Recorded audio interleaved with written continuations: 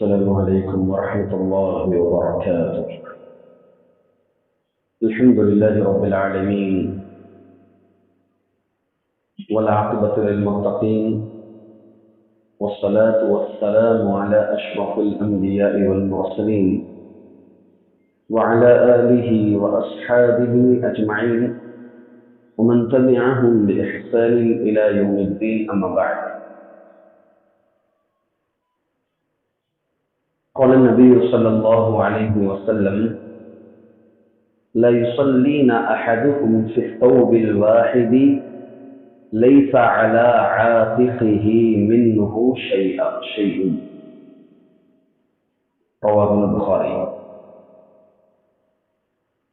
معزز حاضرین، نماز کے شروط، اس سے متعلق ہم جان رہے تھے. ایک تو شرط میں سے جگہ صاف ہونا چاہیے، بدن صاف ہونا چاہیے اور کپڑا بھی صاف ہونا چاہیے. اس کے آگے ہم مزید یہ جانے تھے کہ نماز میں مرد کے لیے ستر پوشی کتنی ضروری ہے، یعنی ستر پوشی کا حصہ کون سا ہے، ستر کہاں سے کہاں تک ہوگا مرد کا. تو کل کے درس میں ہم جانے تھے کہ ران سے لے کر کے ناف تک یہ ستر کا حصہ ہے، عام حالت میں بھی نماز میں بدرجہ اولا. یہ مسئلہ تو صرف ستر تک کا ہے. اب سوال یہ ہے کہ ستر کے علاوہ نماز کے لیے کتنا کپڑا ہونا چاہیے. ستر کے علاوہ کیا پورا بدن سے ڈھانپنا ضروری ہے یا پھر کتنا ہونا چاہیے کپڑا. تو اس سلسلے میں نے آپ کے سامنے ایک حدیث پڑھی، بخاری شریف کی حدیث، ابو ہریرہ رضی اللہ عنہ راوی ہیں، جس میں نبی اکرم صلی اللہ علیہ وسلم فرماتے ہیں: لا يصلين احدكم في الثوب الواحد ليس على عاتقه منه شيء. تم میں سے کوئی شخص ایسے ایک کپڑے میں نماز نہ پڑھے جس کا کوئی حصہ اس کے کندھے پر نہ ہو. مطلب اگر آپ ایک کپڑے میں بھی نماز پڑھ رہے ہیں تو آپ کے کندھے اس میں چھپ جانا چاہیے. تو اس سے معلوم یہ ہوا کہ نماز کے لیے ستر پوشی کے علاوہ کندھوں کا چھپنا ضروری ہے. ایک اور روایت آپ کے سامنے پیش کروں. اللہ کے رسول صلی اللہ علیہ وسلم فرماتے ہیں، یہ بخاری شریف کی روایت ہے، یہ بھی بخاری ہی میں ہے اور ابو داؤد میں امام احمد نے بھی اس کو بیان کیا ہے، ابن حبان بھی بیان کیا ہے: من صلی فی ثوب واحد فلیخالف بین طرفیہ. جو شخص ایک کپڑے میں نماز پڑھے اسے کپڑے کے دونوں کناروں کو اس کے مخالف سمت کے کندھے پر ڈال لینا چاہیے. اگر ایک ہی کپڑا ہے اس کے پاس، دو کپڑے نہیں، صرف ایک کپڑا ہے اس کے پاس، تو ایسی صورت میں اس ایک کپڑے کو پہن کر کے کندھے کے جو دو مخالف سمتیں ہیں ان دو مخالف سمتوں میں اسے ایک کپڑے کو ڈال لینا چاہیے. الغرض جو تنگی کی حالت میں جس کے پاس ایک ہی کپڑا ہے تو وہ کیا کریں، کم از کم کندھوں کا ڈھانپنا ضروری ہے نماز کے لیے، مرد کے لیے. ابھی عورت کے لیے کتنا ہے اس چیز پہ نہیں آیا، مرد کے تعلق سے بحث چل رہی ہے کہ کندھوں کا چھپانا ضروری ہے. دیکھیں ہمیں کہ اکثر مسلمان جو حج و عمرے پہ جاتے ہیں غلطی اتنی کرتے ہیں کہ طواف کرتے سمے ایک کندھے کو کھلا رکھنا یہ مشروع ہے. اکثر مسلمان کرتے کیا ہیں کہ پورے عمرے کو یہ سمجھتے ہیں کہ ایک کندھا کھلا رکھنا ہے. پورے حج میں بھی یہ غلطی کر گزرتے ہیں کہ مکمل حج میں ایک کندھے کو کھلا رکھتے ہیں.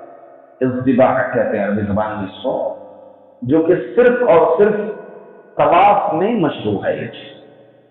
اب طواف کے بعد جو مقام ابراہیم کے سامنے نماز پڑھنی ہے اس میں بھی وہ دونوں کندھے کو کھلا رکھتے ہیں جبکہ درست بالکل نہیں ہے۔ ہاں اگر حالت ایسی ہے، تنگی حالت ہے، کپڑا میسر ہی نہیں ہے، صرف اتنا کپڑا ہے جس سے وہ ستر پوشی کر سکتا ہے، اپنے ستر کو چھپا سکتا ہے، اگر ایسی صورت آ گئی کپڑا ہی نہیں ہے تو ایسی صورت میں وہ کندھے کو کھلا رکھنے کی ایک استثنائی صورت ہمیں ملتی ہے، اور یہ امام بخاری رحمۃ اللہ علیہ اور ابن خزیمہ اور بیہقی، امام بیہقی انہوں نے نقل فرمایا ہے اس کو کہ حضرت جابر رضی اللہ عنہ فرماتے ہیں وَإِن كَانَ ضَيْقًا، اگر تنگی ہو کپڑے کی، اتنا کپڑا میسر نہ ہو تو فرماتے ہیں کہ وہ ازار باندھ لیں۔ اگر کپڑے کی تنگی ہو تو وہ ازار باندھ لیں، مطلب صرف ستر پوشی کرنا ہی کافی ہو جاتا ہے۔ کب؟ جب کپڑے کی تنگی ہو رہی ہے، ورنہ مصنوع یہ ہے کہ ایک انسان کے دو کپڑے ہو اس کے، وہ اگر خوف بھی پہن رہا ہے تو اس کے لیے بھی دو کپڑے درکار ہوتے ہیں، کرتا پاجامہ پہنتا ہے دو کپڑے درکار ہوتے ہیں، پینٹ شرٹ پہنتا ہے دو کپڑے درکار ہوتے ہیں۔ اس کے علاوہ اگر کسی کے پاس تنگی ہو رہی ہے، ایک ہی کپڑا ہے اس کے پاس، تو وہ کندھوں کو ڈھانپے۔ اگر اس میں بھی تنگی ہو رہی ہے، ایسی تنگی صورت میں وہ اپنے کندھوں کو کھلا رکھ سکتا ہے، ورنہ جو ہے اپنے کندھوں کو کھلا رکھنا یہ بالکل درست نہیں ہے، اور یہ نماز کے شروع میں سے ہے۔ تو یہاں تک جو ہے مرد کے لیے کتنا کپڑا ہونا چاہیے، نماز میں کم از کم کپڑا کتنا ہونا چاہیے، اس پہ ہماری گفتگو ہوئی۔ ابھی یہاں پر عورت کے لیے کتنا کپڑا ہونا چاہیے نماز میں، تو اس سلسلے میں میں آپ کے سامنے احادیث اور قرآن کی روشنی میں انشاءاللہ بیان کروں گا کہ آزاد، ایک تو عورت میں ایک آزاد عورت ہے اور لونڈی عورت ہے۔ بہرحال لونڈیوں کا معاملہ نہیں ہے تو میں اس مسئلے میں مختلف ہی مسئلہ ہے، اس مسئلے میں گئے بغیر آپ لوگوں کے سامنے انشاءاللہ بیان کروں گا۔ عورت کے لیے بھی یہ ہے کہ وہ اپنا چہرہ اور ہاتھ چھوڑ کر جسم کے پورے آزو کو وہ کیا کرے گی، ڈھانپے گی، سر کے بال سے لے کر کے چہرہ کتنا آتا ہے اتنا حصہ، یہ چہرہ اور اپنے ہاتھ، یہ ہاتھ سے مراد یہاں تک کا حصہ، یہ کلائی تک کا حصہ ہے، اس حصے کو کیا کرے گی، کتنا حصہ وہ نہ کھلا رکھ سکتی ہے، اس کے آگے مزید وہ حصہ کھلا نہیں رکھ سکتی۔